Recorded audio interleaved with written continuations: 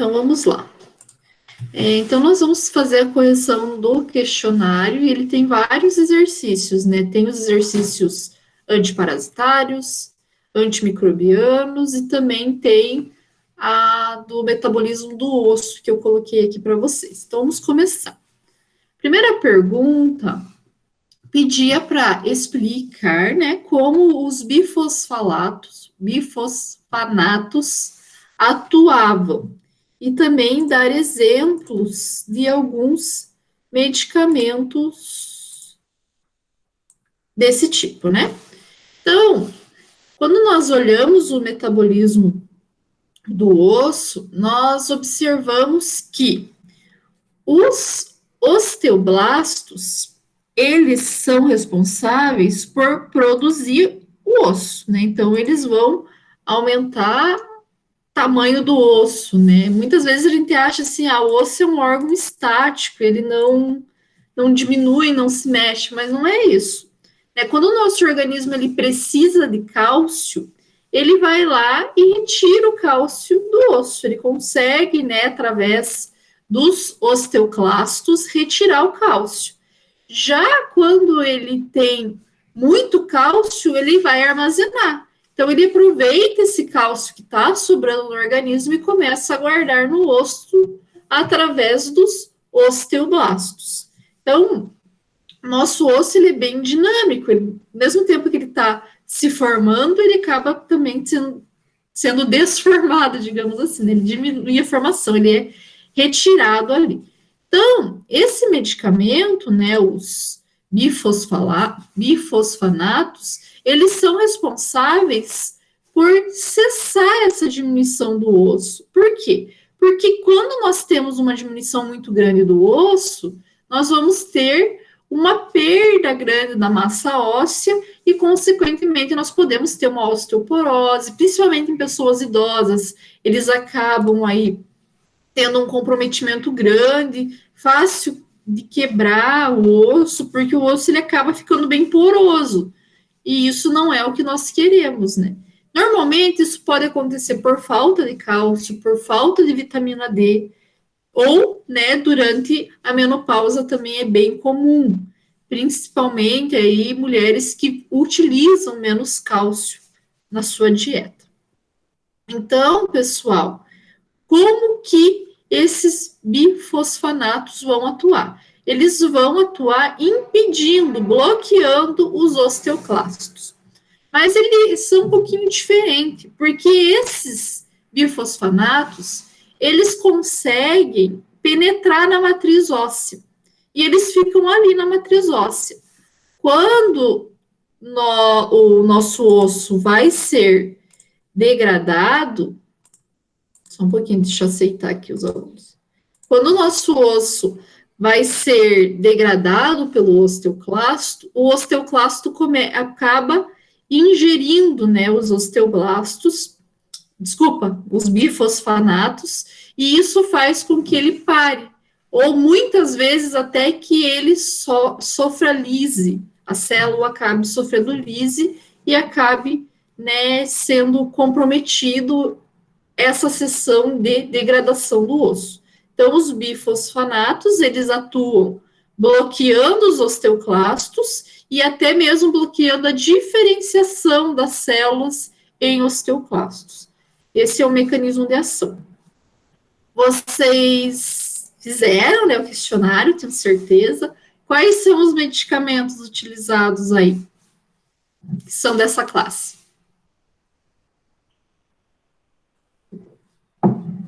O etidronato. Etidronato, alendronato, todos que terminam com ato, né? Então, eles são medicamentos muito importantes. O mais utilizado é o alendronato de sódio. Então, nós temos os outros aí, mas o que mais utilizado é este, tá bom? Dúvidas aqui, pessoal? Acho que tá tranquilo, prof.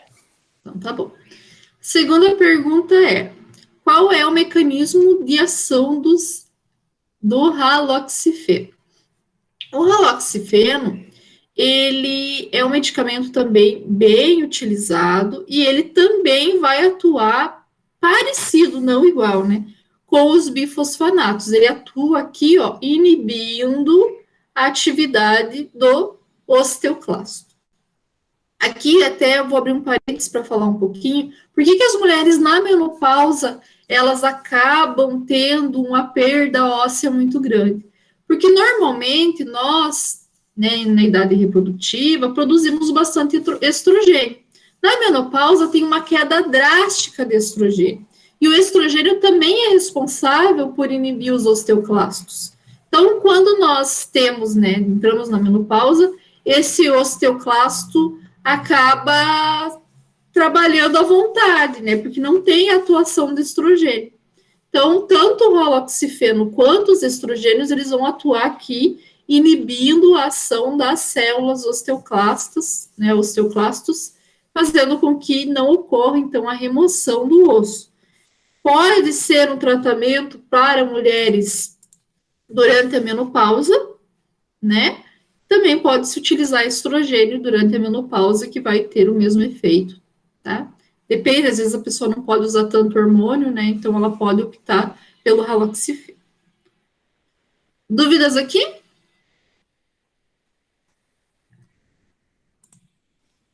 Não, prof. Ah, mais um detalhe, estava esquecendo já. O raloxifeno, ele também atua estimulando o osteoblasto. Então, além de bloquear o osteoclasto, ele estimula o osteoblasto. Isso é importante, porque daí, se a pessoa já está com uma osteoporose avançada, a partir do momento que ela utiliza esse medicamento, ela consegue repor a massa óssea. E é bem interessante, né? Auxilia bastante também. Tinha faltado isso. A outra pergunta é: como o paratormônio e a teriparatida auxiliam no tratamento da osteoporose? O paratormônio, se vocês olharem aqui, ó, ele é um hormônio, que vai recrutar as células osteoclastas, né? Então, ele é um hormônio, normalmente, quando utilizado em grandes quantidades, né, que não é o caso, né, ou quando ele é produzido pelo nosso organismo em grandes quantidades, né, um hormônio endógeno, ele vai conseguir aqui, né, estimular os osteoclastos, mas em grande quantidade, pessoal. Quando nós tomamos esse hormônio em pequena quantidade, bem pequena, ele consegue estimular o osteoblasto. E isso faz com que ocorra a reposição da massa óssea, mas em pequena quantidade. Em grande quantidade, ele vai ter uma função reversa, tá? A teriparatida é um medicamento que estimula a diferenciação dos osteoblastos. Então, também vai estimular aqui, né, a produção do osso. Tem essa característica interessante também. Dúvidas, pessoal? Não, prof. Não? Vou até abrir mais um parênteses aqui e falar um pouquinho para vocês dos glicocorticoides, né? Que são aí medicamentos bem utilizados, eu já falei para vocês em algumas aulas, são utilizados para alergia, então é um medicamento assim bem alta, né? Também é utilizado para inflamação, para processos inflamatórios. E esses medicamentos, eles devem ser evitados por pessoas idosas, apesar de ser medicamentos que são bem indicados, né? Por quê? Principalmente pessoas que já têm problemas ósseos. Por quê? Porque esse medicamento, ele inibe o osteoblasto, a diferenciação do osteoblasto. Tá, professor, ele inibe os osteoclastos também, inibe. Mas depende muito da inibição, a pessoa já está com problema hormonal, já está com um monte de, né, de diversos problemas, acaba utilizando esse medicamento, acaba inibindo mais ainda a produção dos osteoblastos e pode aí prejudicar bastante a parte óssea. Mas, né, dependendo do processo inflamatório, às vezes não tem o que fazer, né? Tem que tomar um medicamento desse para poder ter o efeito desejado. Tá. A pergunta 4 perguntava assim: como a vitamina D atua na absorção do cálcio? Então, a vitamina D, ela é obtida pela alimentação ou pela luz, né? Quando nós temos contato com a luz solar, o nosso colesterol é biotransformado em vitamina D, né? Então, é muito importante, mas nós agora, em época de pandemia, praticamente, né, temos uma dificuldade maior ainda de repor essa vitamina D a partir do sol. Então, é muito importante a utilização de vitamina D, né, através da alimentação e também através de medicação mesmo, né? É sempre bom, eu sempre falo, que tem grandes pesquisas com vitamina D atualmente, pesquisas comparando pessoas que têm problema de diabetes com vitamina D, doenças imunológicas com vitamina D. Nossa, pessoal, assim, tem uma gama de pesquisas e a gente vê que muitas vezes essa ligação da falta de vitamina D está correlacionada com essas doenças e também nós conseguimos, né, observar que a reposição da vitamina D muitas vezes auxilia no tratamento dessas doenças. Então, é sempre bom verificar, né, é bom fazer o exame pelo menos uma vez por ano para ver como que está a vitamina D de vocês. Então, a vitamina D, a partir do momento que nós adquirimos ela pela dieta ou também através da luz solar, ela vai para o fígado.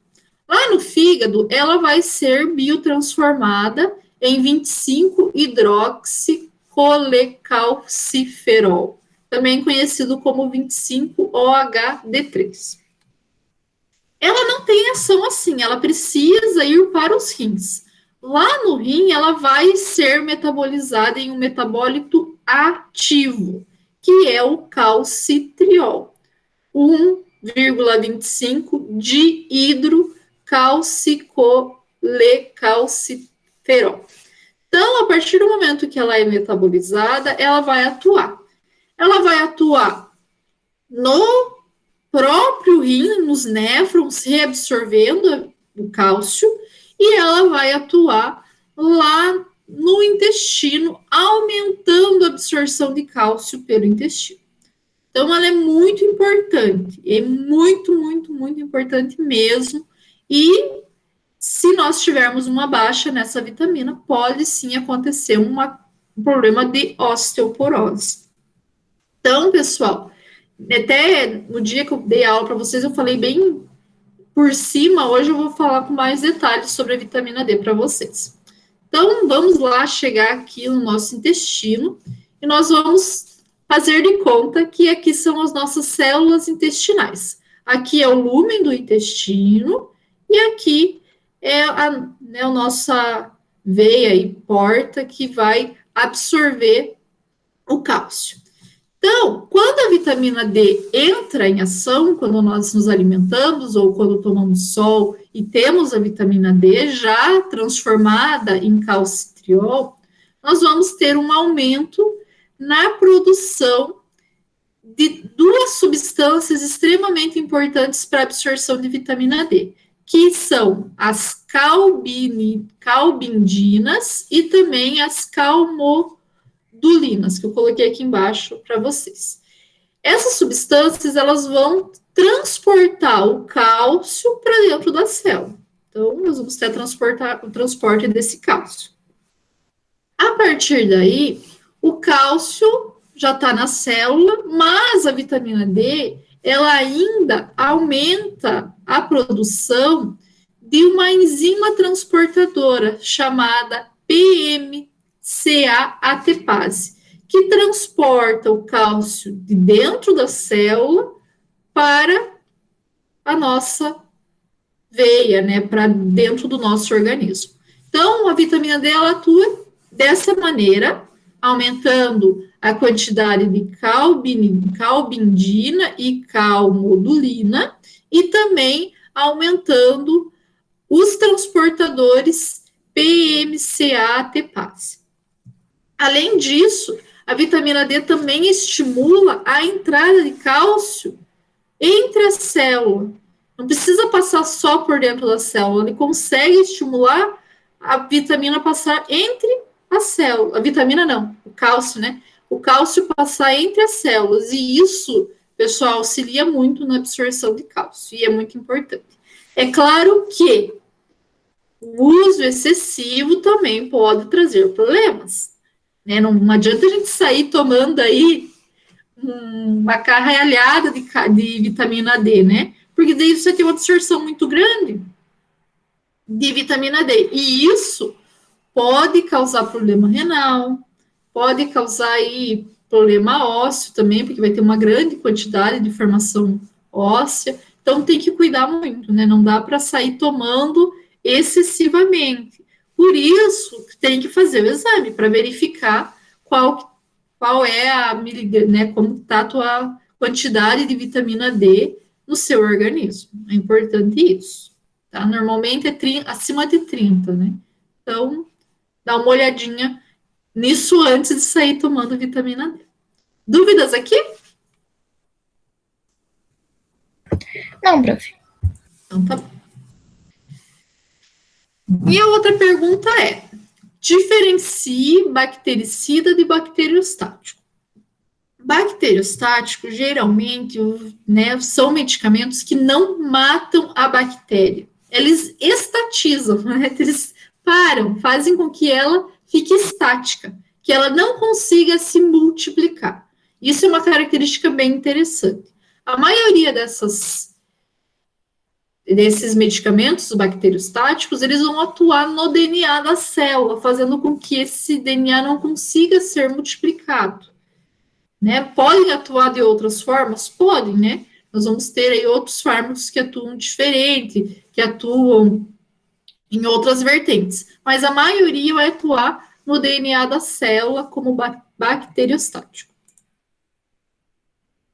E os medicamentos bactericidas são medicamentos que vão causar lise celular. Normalmente são medicamentos que vão atuar na membrana plasmática ou na parede celular.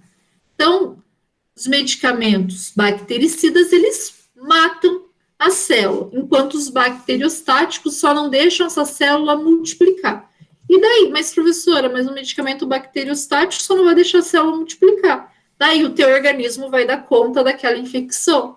Porque a bactéria, ela se multiplica muito rápido. Então, o organismo muitas vezes não dá conta de combater essa infecção e acaba aí se transformando numa infecção generalizada.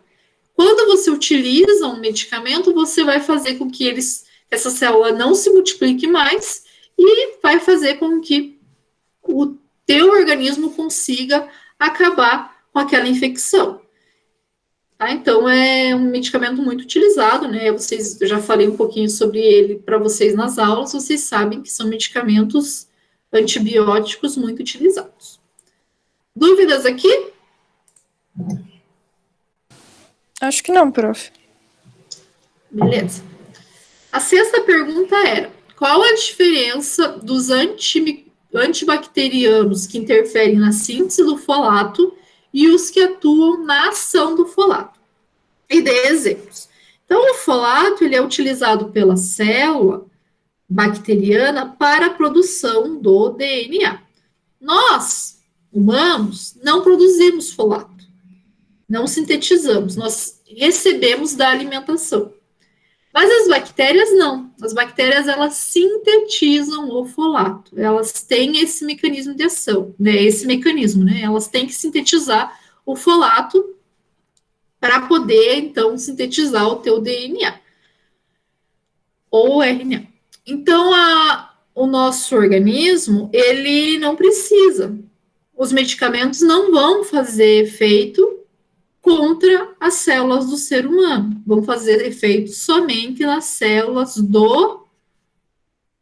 da bactéria, né? Não tem efeito nas nossas células porque nós não sintetizamos ele. Então, vamos lá. Vamos ver aqui como que eles atuam. Então, o primeiro medicamento que eu vou falar para vocês, ele vai interferir na síntese do folato.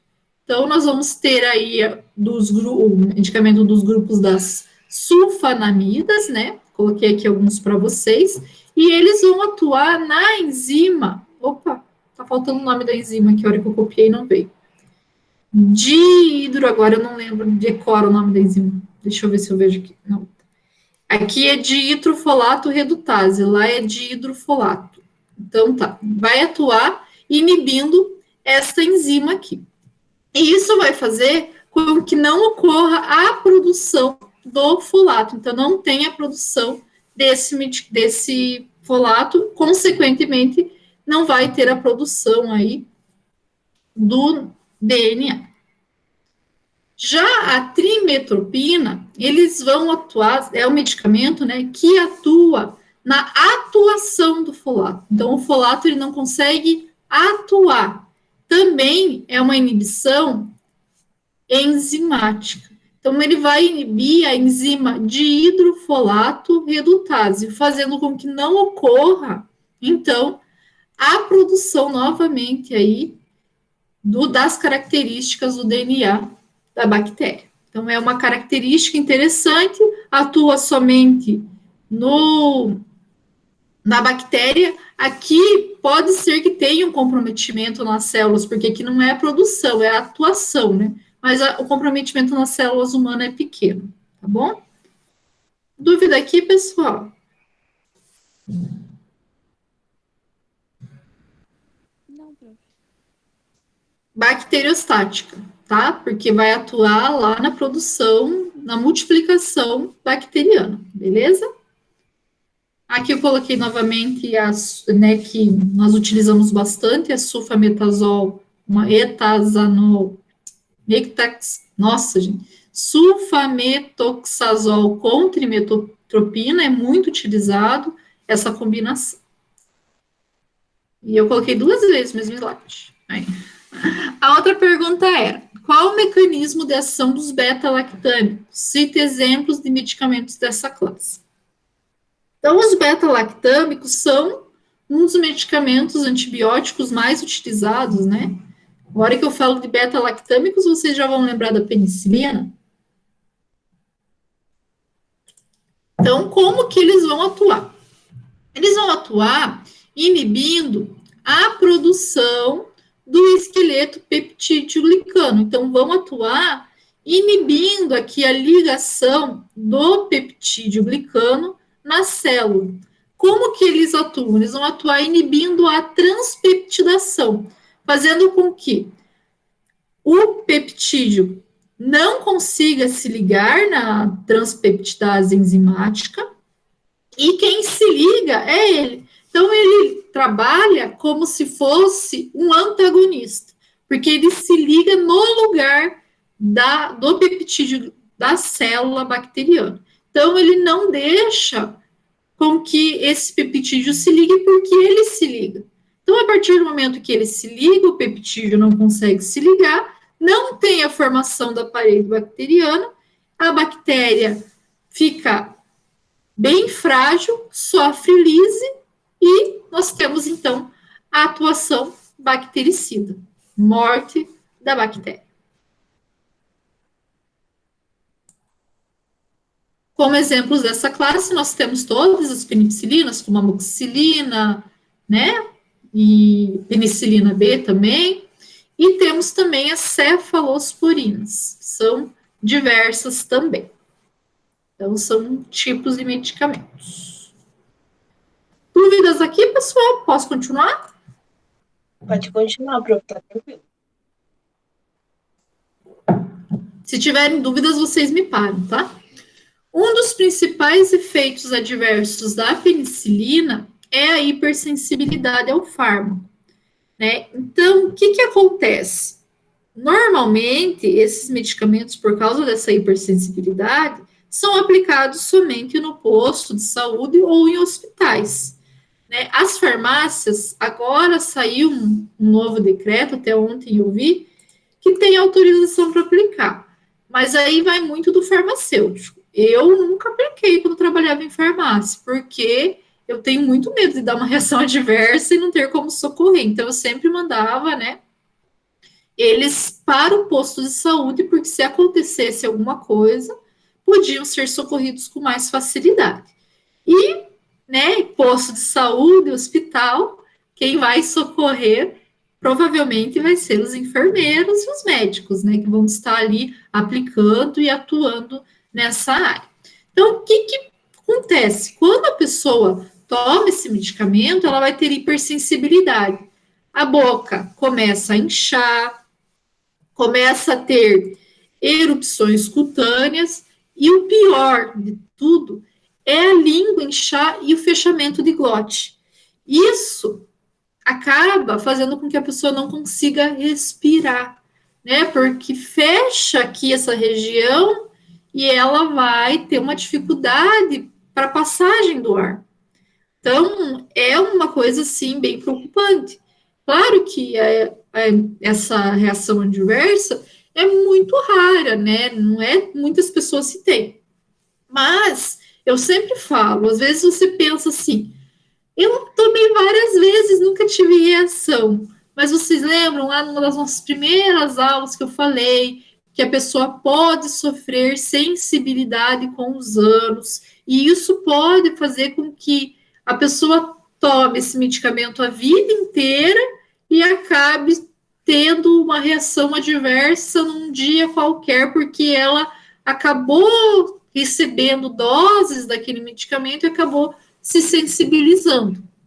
Pode acontecer. E também pode acontecer de você dessensibilizar a pessoa que tem sensibilidade. Então, a pessoa, né, não tem outro antibiótico, ela precisa tomar esse antibiótico, você pode dar doses extremamente pequenas para o organismo se acostumar. Eu também nem sabia que existia isso. Ontem, quando eu fui estudar um pouco sobre essa atuação, né, para reação adversa, eu descobri que tem como dessensibilizar a pessoa também. Então, pessoal, né, não tem muito como a gente saber se a pessoa vai ter reação ou não vai ter. Primeira coisa, quando você vê que a pessoa está sofrendo uma reação alérgica, tenta administrar um anti-histamínico, quando você consegue, né, perceber isso. Às vezes, um anti-histamínico já auxilia, já combate a reação alérgica. Caso não dê certo, temos que passar para um corticoide, que tem uma relação antialérgica mais forte. Então, pode-se passar por um corticoide para auxiliar. E em casos de emergência, quando a pessoa está tendo essa reação, muitas vezes o coração diminui os batimentos cardíacos, você pode administrar a adrenalina para aumentar o batimento cardíaco, para ela poder, né, voltar a ter a circulação normal. E quando acontece nessas reações, como eu falei para vocês, fecha a glote. A pessoa tem dificuldade de respirar. Às vezes até a glote já está voltando com a administração dos corticoides ao normal, mas a pessoa diminuiu muito a respiração, diminuiu muito a concentração de oxigênio. Você pode sim colocar a pessoa com um aparelho de oxigênio, né, na oxigenação, para voltar a ter a respiração normal.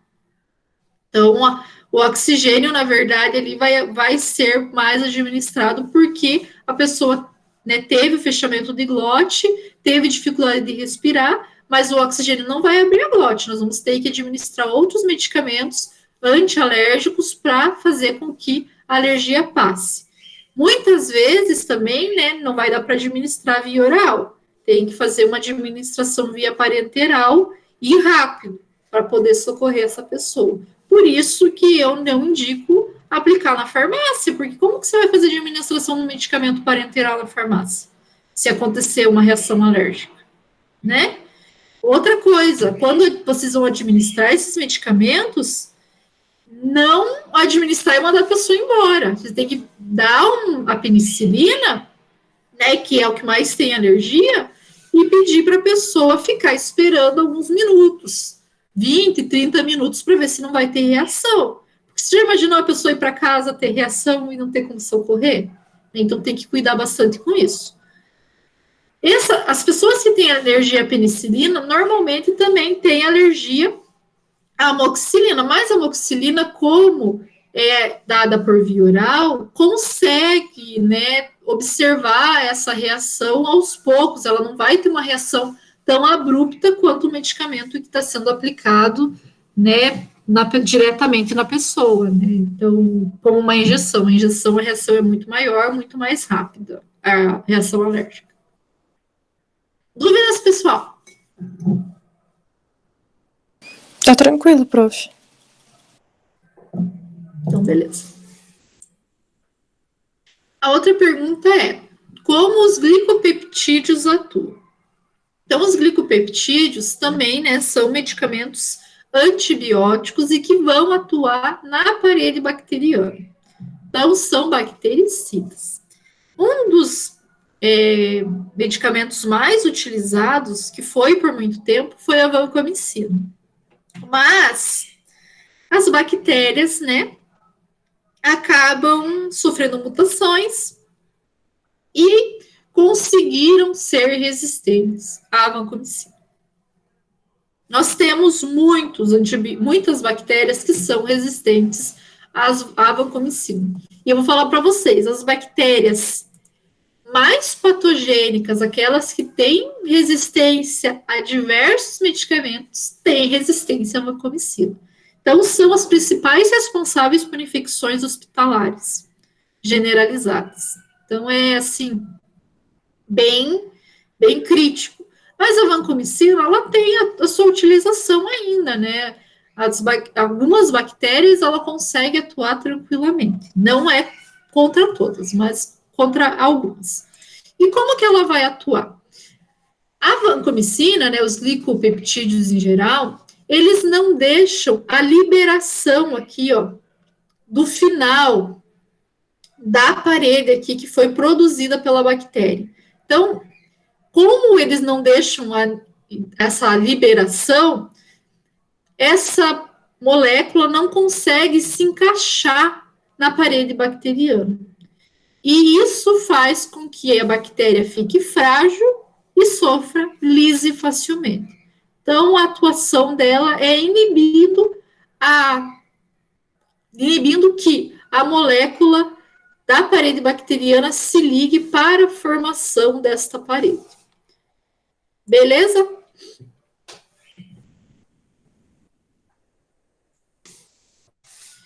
Os outros medicamentos que atuam na síntese proteica da bacteriana são tetraciclina, aminoglicosídeos, anfenicóis e macrolídeos. Então, a minha pergunta era, qual que é o mecanismo de ação desses medicamentos? Esses medicamentos vão atuar na síntese da proteína bacteriana.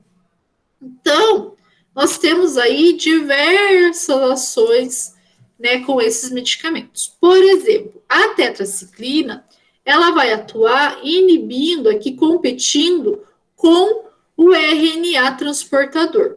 Então, ela se liga na região onde esse RNA transportador iria se ligar e faz com que não ocorra a ligação do RNA transportador. Então, ouçam bem, a tetraciclina ela vai atuar na subunidade 50S do ribossomo, que é essa parte de cima aqui do ribossomo da bactéria. A parte de baixo nós chamamos de subunidade 30S. Então, tetraciclina atua na subunidade 50S e não deixa o RNA transportador se ligar. Já os aminoglicosídeos, eles vão atuar também na subunidade 50S, mas eles vão levar a um erro de leitura. Quando a bactéria está se multiplicando, nós vamos ter uma interferência nessa leitura através dos aminoglicosídeos, e esse aminoglicosídeo faz com que a bactéria não consiga fazer a leitura corretamente e, consequentemente, a bactéria não vai conseguir se multiplicar como ela deveria. Graças a Deus, né? Ainda bem que não consegue. Outro medicamento são os anfenicóis. Como anfenicóis, nós temos o cloranfenicol. O cloranfenicol, ele vai atuar inibindo a transpeptidação. Isso faz também com que ocorra uma interferência na subunidade 50S e a bactéria também não consegue se multiplicar. E, por último, nós temos a atuação dos macrolíticos, como, por exemplo, a eritromicina, a azitromicina, são medicamentos que também atuam na subunidade 50S, fazendo com que não ocorra a translocação. Então, inibe essa translocação, a bactéria também não consegue se multiplicar, não consegue ter a síntese proteica. Então, são medicamentos que atuam dessa maneira. Os aminoglicosídeos, eles vão atuar na subunidade 30S, tá? Só para vocês relembrarem, porque eu falei isso na aula também. Dúvidas, pessoal?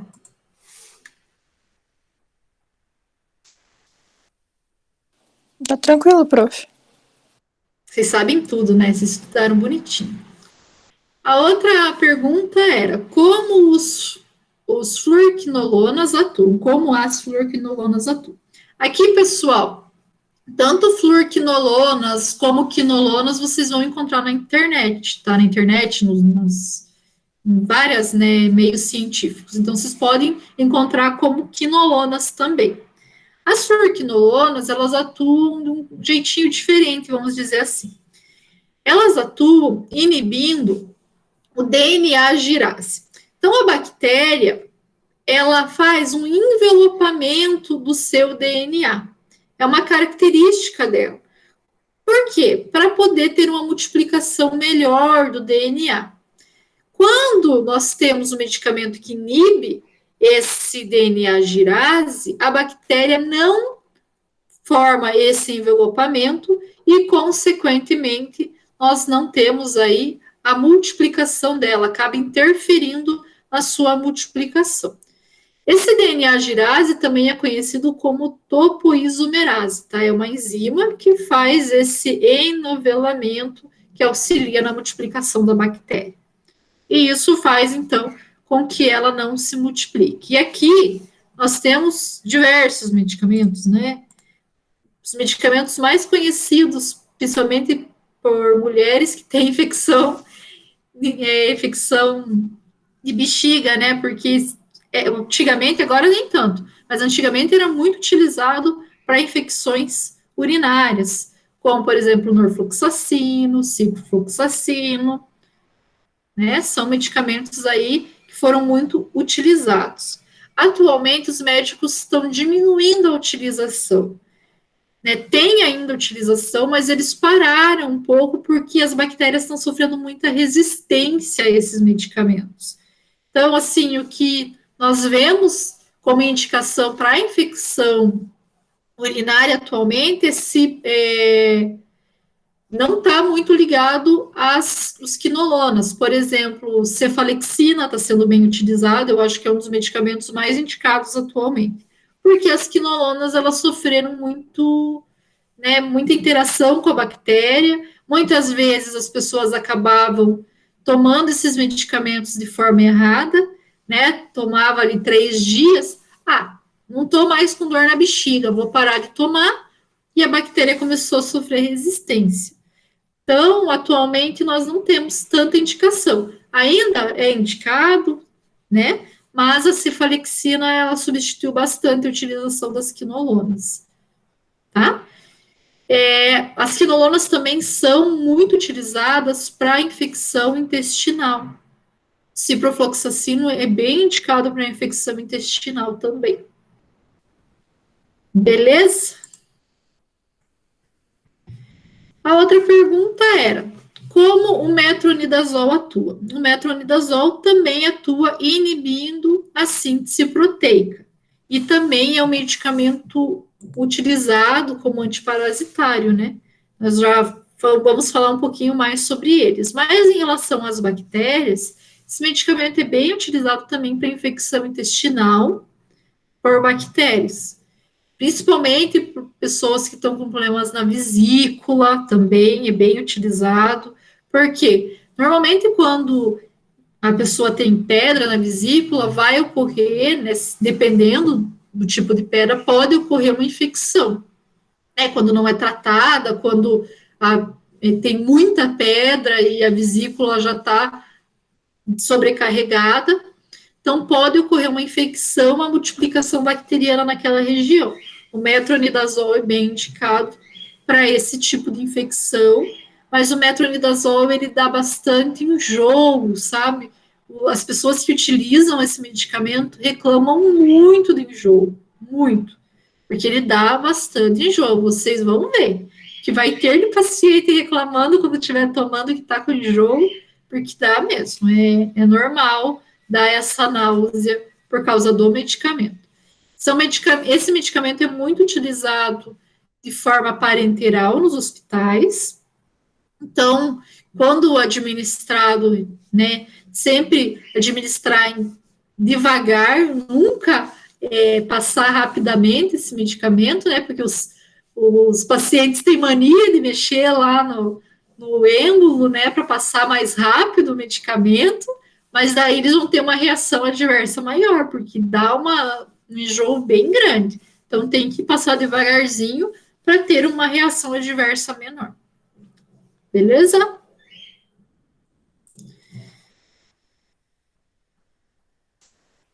Opa.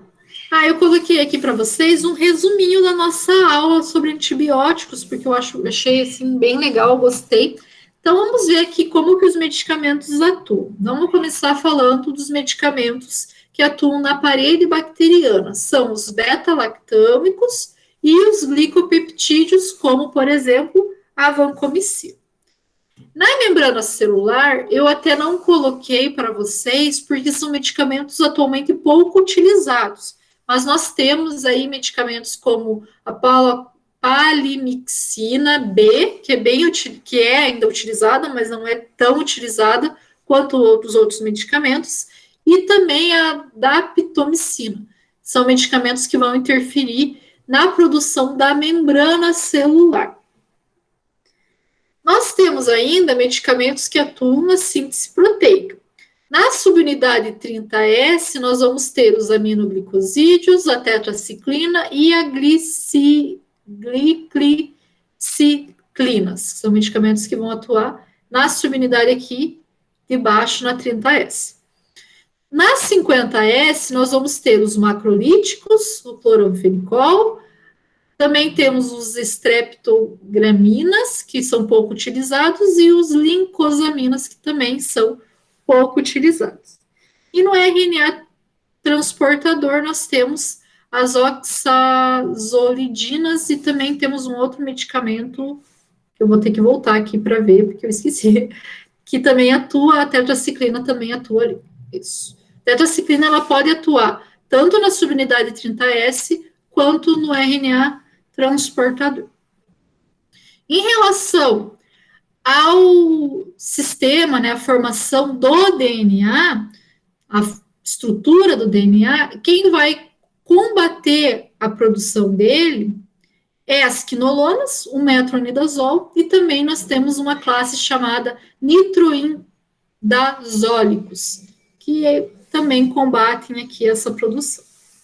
E como inibição da síntese ou da utilização do ácido fólico, nós temos as sulfonamidas, que vai inibir a síntese, e o trimetoprim, que vai inibir a utilização desse ácido fólico. Então, aqui é um resumo da aula. Tem alguns medicamentos que eu não tinha colocado na aula, porque eles não são tão utilizados, tá? Eu coloquei só os mais utilizados, que vocês vão ter mais contato durante a profissão. Também não adianta a gente falar de antibióticos que não estão sendo utilizados atualmente, porque depois, né, é muita coisa. Já foi 2 aulas para falar de antibiótico, se eu falasse mais um pouco, ia ser 3. A outra pergunta era: os antivirais podem atuar de diferentes maneiras. Explique como os fármacos abaixo atuam. Então, eu coloquei alguns exemplos, né? Abacavir, nevirapina, amprenavir, aciclovir, oseltamivir, zanamivir e interferon. Então, pessoal, como que esses medicamentos vão atuar? Então, vamos começar falando do abacavir. O abacavir, ele vai atuar inibindo aqui, ó, a transcriptidase reversa. Pessoal, eu coloquei uma questão no questionário sobre isso, tá? Já vou avisando. Se vocês tiverem dúvidas, deem uma olhada naquela tabela que eu coloquei no slide, que lá no slide está bem bonitinho, né? Vocês conseguem correlacionar com a atuação ali desses medicamentos. Então, deem uma olhada lá se vocês ficarem com dúvidas, porque tem uma questão sobre isso no questionário.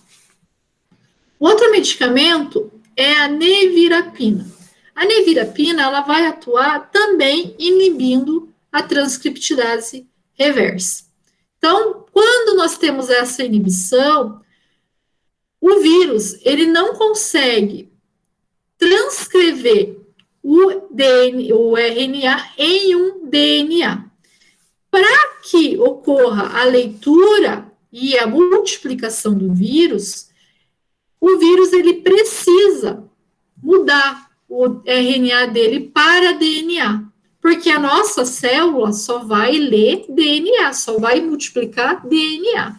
Então, se ele faz essa mudança, né, se essa transcriptidase atua, o vírus consegue se multiplicar.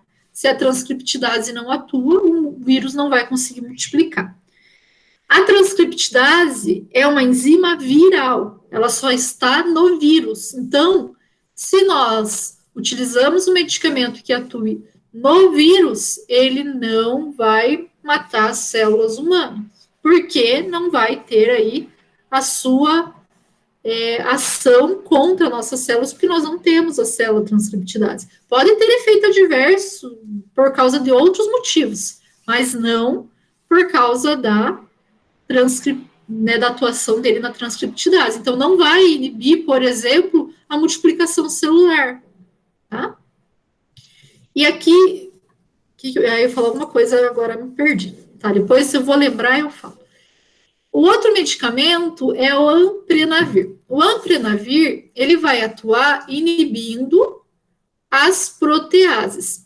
Então, se ele inibe a protease, o vírus não consegue encapar, não consegue sofrer brotamento.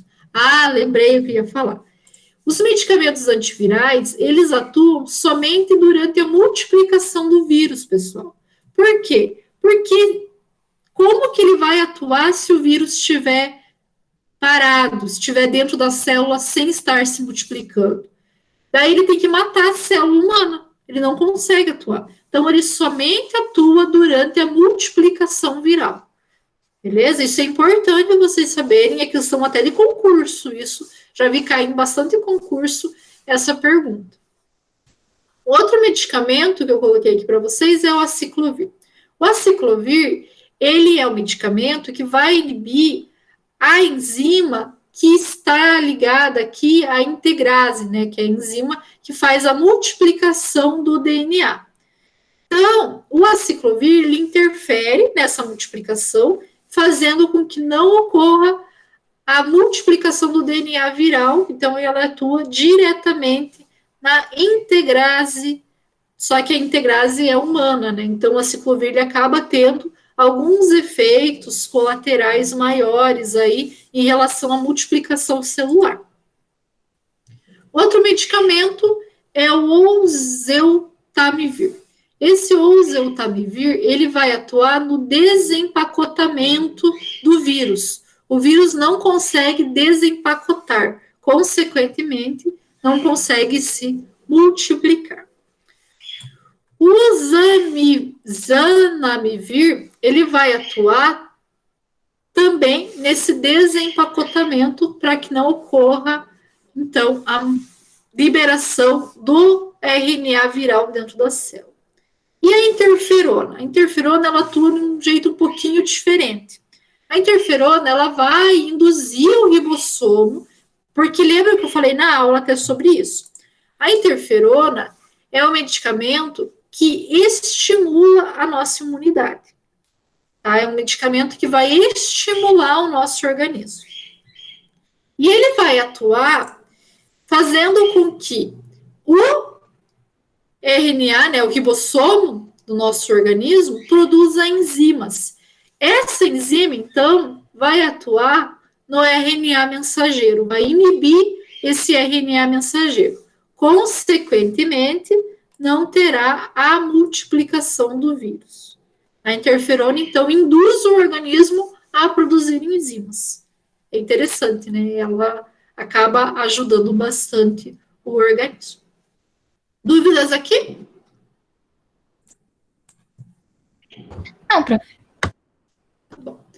A questão 14 e 15 eu vou responder junto, tá? A 14 perguntava assim: os principais antibióticos antifúngicos são anfotericina, nistatina, gliseofulvina e equinacadinas. Quais são os mecanismos de ação? Então, vamos lá. A anfotericina vai atuar na membrana celular fúngica, principalmente ali junto com o ergosterol. Ela acaba interagindo com o ergosterol e essa interação dela com o ergosterol faz com que ocorra uma abertura, como se fosse canais na membrana, e o fungo, né, acaba, então, sofrendo lise por causa dessa atuação. A nistatina é um medicamento bem utilizado também, né, e vai atuar inibindo aí a parede fúngica, né, vai inibir a formação da parede fúngica. A gliseofulvina vai atuar inibindo o sistema de microtúbulos lá, atua inibindo até a utilização de glicose pela célula fúngica, então é bem interessante também. E as quinacadinas vão atuar inibindo a formação de vão atuar inibindo a parede celular fúngica. Então, é essa atuação. E outra pergunta era sobre os azóis. Os azóis, eles atuam de um modo um pouquinho diferente. Eles vão atuar inibindo a formação do ergosterol. Então, não vai ter a transformação de lanosterol para ergosterol. Consequentemente, não vai ter a formação da membrana fúngica e ocorre a lise celular. Esse medicamento é bem utilizado, né? É um medicamento bem utilizado. Vocês lembram de algum azol aí para dar o exemplo? Como exemplo de medicamentos?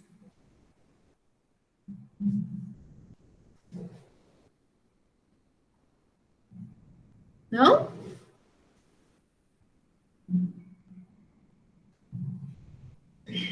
Ah, pessoal, me ajudem. Qual que é os azóis? Quais são os antifúngicos? Fluconazol, prof. Fluconazol, isso mesmo. Fluconazol é muito utilizado para infecções de unha. Esse eu falei bastante na aula, né?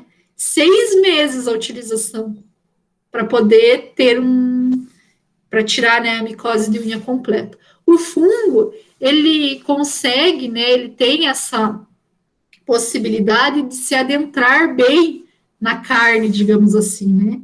Até, né, eu brinco sempre com os alunos. Ah, só tem um pedacinho fungado aqui do legume, eu vou cortar fora, não tem problema.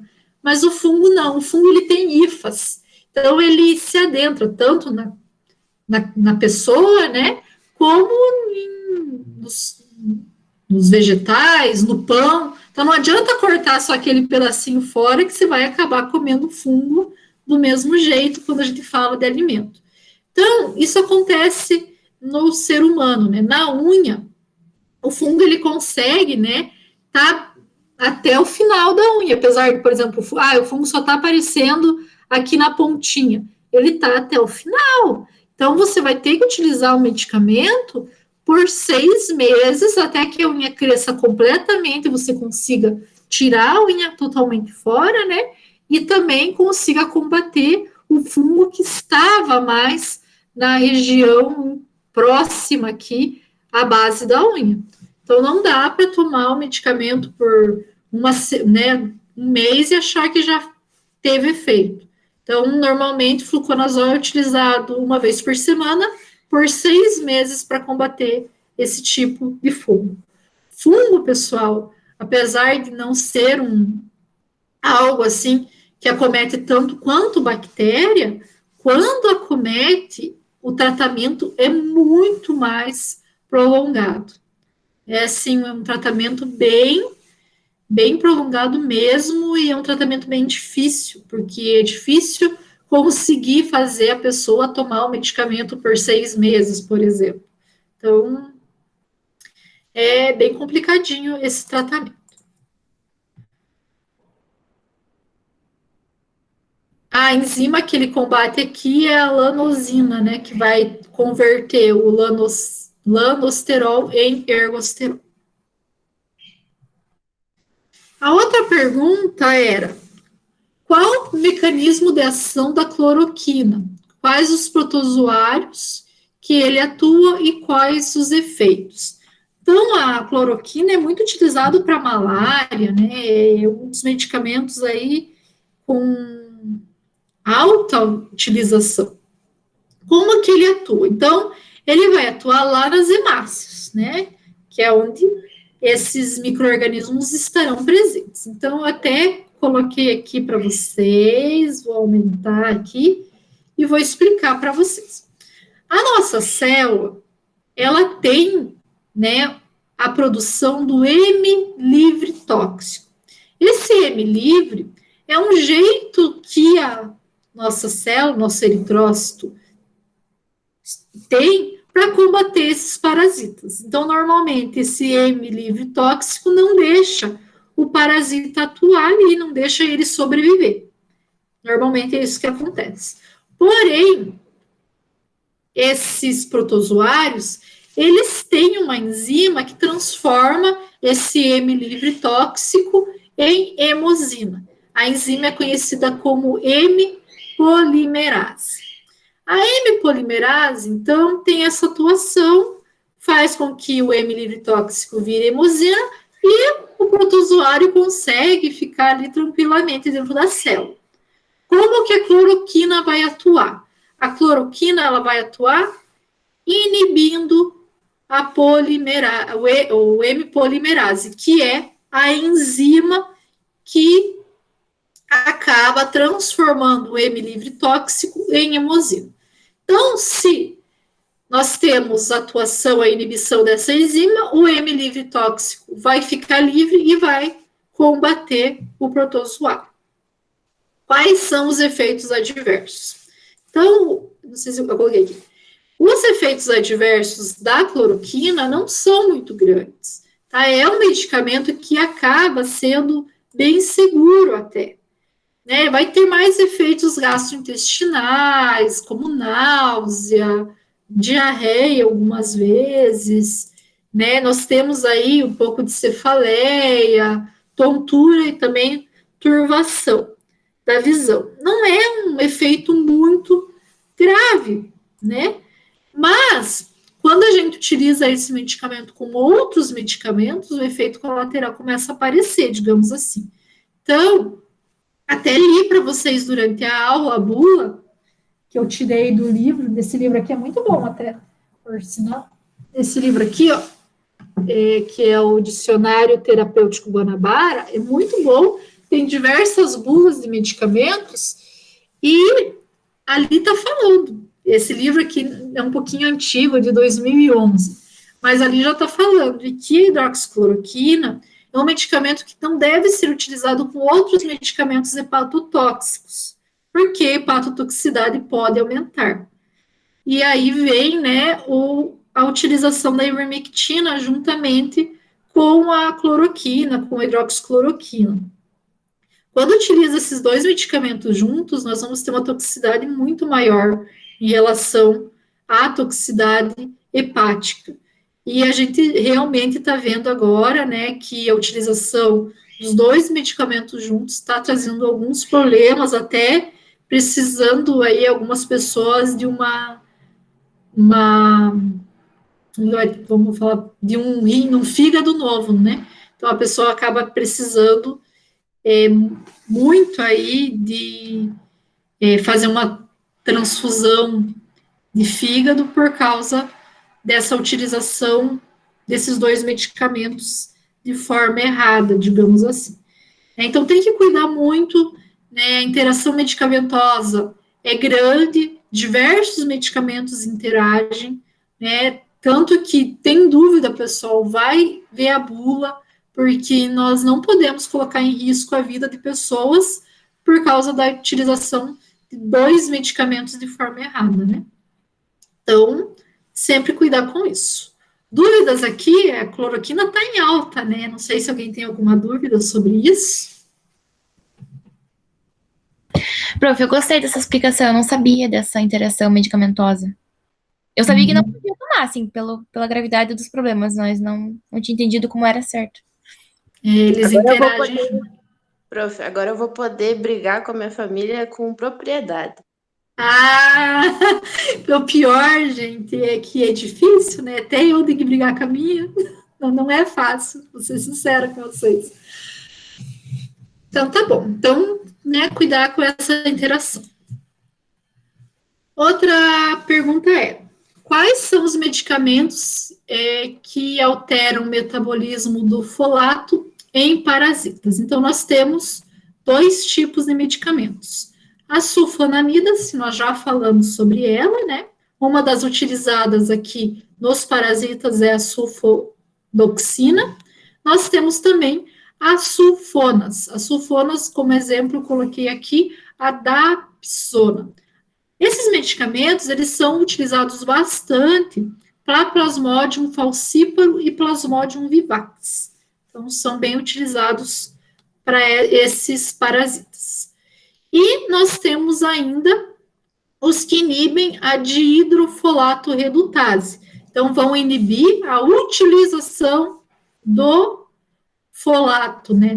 A utilização para a formação do DNA. Então, como medicamentos dessa classe, nós temos a primetamina e a proguanil. Então, são dois medicamentos aí. A outra pergunta era: quais são os medicamentos utilizados para a amebíase e qual o mecanismo de ação? Então, voltamos aí com o nosso metronidazol e também temos o tinidazol. Esses dois medicamentos, eles vão atuar destruindo o trofozoito. Eles danificam o DNA parasitário, porém, né, eles não têm efeito no cisto, somente no trofozoito. São medicamentos utilizados por via oral ou intravenosa, como eu falei, e tem aquelas alterações gastrointestinais bem características, tontura e cefaleia. Aqui, abro mais um parênteses, esses medicamentos não devem ser utilizados juntamente com álcool, porque eles têm o mesmo mecanismo do disulfiram. Então, eles inibem o metabolismo do álcool. Consequentemente, a pessoa vai ter um efeito maior do álcool, podendo até, né, levar um coma alcoólico por causa desse efeito. E também não é recomendado para mulheres grávidas. O outro medicamento que tem esse mecanismo que atuam, né, contra a amebíase é o dilaxanida e também o paramomixina. São medicamentos utilizados para amebíase crônica, quando a pessoa tem aí a amebíase hepática, né, quando o parasita já conseguiu chegar até o fígado. Esse medicamento, ele vai inibir o encistamento, então não vai ter a formação do cisto. Consequentemente, o parasita acaba morrendo porque não consegue formar o seu cisto para continuar se multiplicando, né, e continuar contaminando outras pessoas também. Esse medicamento traz também algumas alterações gastrointestinais, como náusea, vômito, é comum, diarreia. Dúvidas até aqui? Tá terminando já. Tranquilo, prof. Então, tá. Explique como os fármacos antihelmínticos atuam. Então, quando nós falamos de antihelmínticos, nossa, tem muito helmínticos aí, né? Nós temos as tênias, temos a famosa lombriga, que é a Ascaris lumbricoides. Temos aí alguns. Os medicamentos, eles vão atuar, né, eu coloquei aqui 4 medicamentos, né, uma classe mais 3 medicamentos que acabam atuando como antihelmínticos. O primeiro deles, eu vou falar para vocês, no Brasil é o mais utilizado. É uma classe de medicamentos, né, que nós temos aí o mebendazol, albendazol, que são os mais utilizados. Eles vão interferir na produção aí dos microtúbulos, né? Vai interferir na função dos microtúbulos. Também acaba afetando na captura de glicose. E isso faz com que a célula não consiga se multiplicar, né? A multiplicação celular não ocorra. Pessoal, esses medicamentos, né, esses mebendazol, albendazol, são bem utilizados. Agora eu não sei se eles dão na escola, mas uma época até na escola eles mandavam para casa, na época que eu estudava, né? Eles mandavam para casa para nós tomarmos, até para os pais tomarem, né? Era bem comum. Agora eu acho que não, acho que o posto deve, né, deve ter assistente social, não sei, deve levar. E esses medicamentos normalmente são em dose única, né? Toma uma dose por ano, uma dose a cada 6 meses, né? É até bom, assim, a gente tomar de vez em quando, mas é claro que nós não temos tanto contato com isso. Se você lava bem a verdura, se você tem esses cuidados, né? Não vai ter tanto contato. Antigamente, até, acho que vocês não vão lembrar, vocês são mais novinhos, mas eles falavam que medicamento para vermes só podia ser tomado em mês sem R. Então, fevereiro não dava, janeiro, março não dava, abril não dava, só podia tomar junho, julho, agosto. Era esses meses que podia tomar. Mas isso não existe mais. Lá em casa é a mesma coisa. Não mudou A ainda. minha mãe é muito fiel a isso também. Não existe mais isso. Antigamente eu não sei por que eles faziam, né? Por que tinha isso? Não sei te dizer cientificamente falando. Mas o que acontecia, né? Você tomava um medicamento para lombriga, por exemplo, e o medicamento ele não dissolvia a lombriga. A lombriga acabava se enfurecendo e querendo sair por qualquer região, né? Era o que acontecia. Mas hoje, pessoal, os medicamentos mudaram totalmente. São medicamentos seguros. Você toma o medicamento depois que você toma, praticamente desmancha, né? A lombriga desmancha no organismo e você vai eliminar ela tranquilamente pelas fezes, nem vai ver, nem vai saber, dependendo aí da quantidade que você toma, se você toma a cada 6 meses ou uma vez por ano.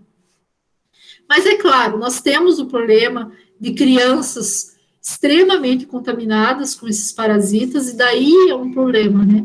Mas quando utiliza o medicamento correto, o parasita ele vai ser eliminado tranquilamente pelas fezes, sem problema nenhum. Mas tem que tomar um medicamento correto, né? Não pode sair aí utilizando qualquer medicamento sem ter uma noção da utilização. Então, esses são os mais utilizados. Nós também temos o praziquantel. O praziquantel ele vai atuar na homeostase do cálcio, vai inibir o fluxo dos íons. E vai ser, a partir dessa inibição, vai causar uma contração rápida e prolongada do parasita. Consequentemente, o parasita acaba morrendo por causa dessa contração. A ivermectina, ela vai atuar aumentando a liberação de GABA. A partir do momento que tem um aumento dessa liberação, ocorre a abertura dos canais de cloro, tudo isso no parasita, tá? E vai ter uma hiperpolarização das células musculares. GABA, vocês já sabem, a gente já falou sobre isso, vão ser coisas que diminuem, né? Inibem o organismo, né? Fazem com que atuem no nosso sistema, né? Inibindo o nosso organismo. E isso vai acontecer também no organismo dos parasitas. Vai inibir o organismo através da hiperpolarização da célula muscular. Consequentemente, o parasita também não tem contração muscular, não consegue, né, sobreviver, acaba morrendo. E por último, nós temos a niclosamida. A niclosamida ela vai atuar na inibição da fosforilação oxidativa da mitocôndria. Essa atuação faz com que o verme se desprenda do intestino e, consequentemente, o verme acaba, né, sendo digerido, digamos assim, pelo nosso organismo e acaba sendo eliminado pelas fezes. A partir do momento que ele desliga, né, vai ter atuação das enzimas do intestino e a eliminação dele pelas fezes. Quando ele está ligado, ele vai sugar o sangue e vai conseguir, né, sobreviver ali. Certo, pessoal? Dúvidas aqui? Certo, prof. Então, pessoal, terminamos a disciplina. Hoje foi a nossa última aula, né? Foi um ano difícil, eu sei, né? Um ano onde nós não pudemos ter aquele contato, ter uma aula até com certeza presencial, tiraria muito mais dúvida de vocês, mas eu espero, do fundo do meu coração, que vocês me levem para a vida de vocês. Eu me lembro até hoje da minha professora de farmacologia, né? Lembro das histórias que ela contava. Espero realmente que vocês também lembrem de mim a hora que forem aplicar um medicamento lá no hospital, tá? Eu vou, assim, tô torcendo para ninguém pegar exame, para todos passarem direto, mas, né, espero, assim, realmente que se alguém pegar também, passe, né, a gente vai conversando. Se vocês tiverem alguma dúvida durante eu responder o questionário, também podem me perguntar, vocês sabem que eu sou bem acessível, eu quero realmente que vocês compreendam o conteúdo. E também, né, eu hoje, né, tô aqui no posto, tô com alguma dúvida, tô no hospital, tô com alguma dúvida, se quiserem, podem, claro, me mandar mensagem, se eu puder ajudar, se eu puder compreender, é claro que eu vou ajudar vocês também. Certo? Certo, prof. Então tá bom. Eu já estou com o questionário pronto aqui, mas eu tenho que lançar lá no Moodle. Daí eu vou lançar e vou liberar para vocês. Nós temos um probleminha dessa vez. Eu não vou conseguir deixar o questionário por uma semana, igual eu fazia todas as vezes, porque o nosso semestre finaliza dia 3. Então, eu só vou conseguir deixar até dia 3. Então, aproveite o final de semana, façam o questionário. Podem me mandar mensagem no final de semana também, se tiverem com dúvidas, não tem problema, tá bom? Para poder finalizar e não ter nenhum problema aí em relação a esse questionário, porque realmente eu queria ter terminado a disciplina semana passada, pessoal, mas acabou que nem sempre sai do jeito que a gente quer, né? Queria ter dado essa aula de revisão na semana passada, mas consegui dar a aula de revisão, vou postar o questionário, porém somente até dia 3, que é segunda-feira, se eu não me engano, né? Segunda-feira, às 11h59. Vocês vão ter que dar uma apuradinha, tá bom? Tá bom, Mas são só prof. 10 questões. São só 10 questões. É pouquinho dessa vez, prometo. Tá bom, prof. Obrigada, então, prof. De nada, de Obrigada. nada. Por tudo aí, pelo tempo que a gente passou junto. Foi bem legal. Agora eu gosto de farmaco. Que bom, que bom. Pronto. Seus vídeos são incríveis. Muito obrigada.